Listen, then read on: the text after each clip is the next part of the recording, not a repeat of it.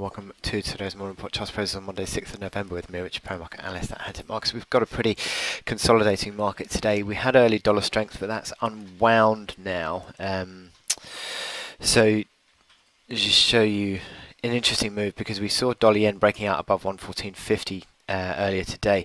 But you look at the divergence that we've got on the Treasury odds. The 10-year Treasury yield is very much a close tracker of the dollar yen, and that's falling away on the Treasury yield. So does that suggest to you that dollar yen isn't going to necessarily break out this time? Maybe so. And you look at the dollar generally sort of consolidating a little bit. We've seen, as I said, Treasury yields falling away. It's actually trading around the day low on the yields now. And that is sort of helping to sort of drag the dollar back a little bit on these markets. Euro and yen are basically around about flat on the day. Sterling has gained ground. That's coming after, or just on the general sort of move higher on a CBI speech from Theresa May. So sterling has just regained a little bit of footing. You've also seen gold finding a bit of support after selling down on Friday. Oil is another one. Oil breaking out to the upside. Let me show you on WTI. Big breakout to a multi or 2-year high, highest now since summer 2015. So that's the oil price moving higher. So yeah, we are seeing some interesting moves on these markets.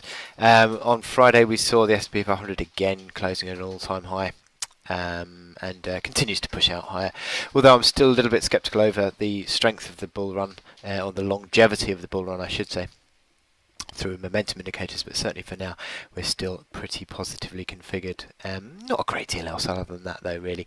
Mildly lower on European equities today.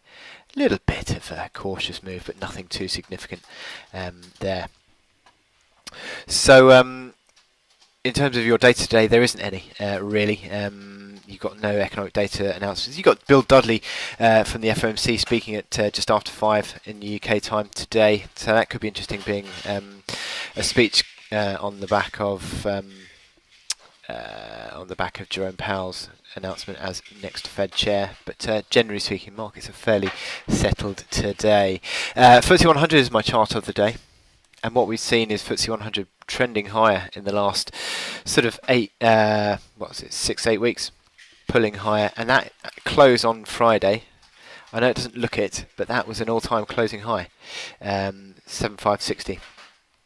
The all-time intraday high is 7599, which was seen in June.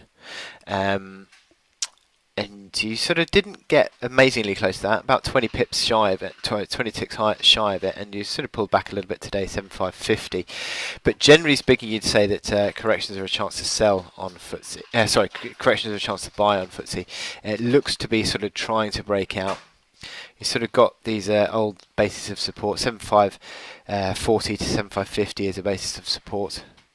Momentum indicators took more of a positive turn, certainly on the hourly, with the RSI pushing above to 70, finding support around that 40 level. MACD line's more positively configured as well, finding support above neutral.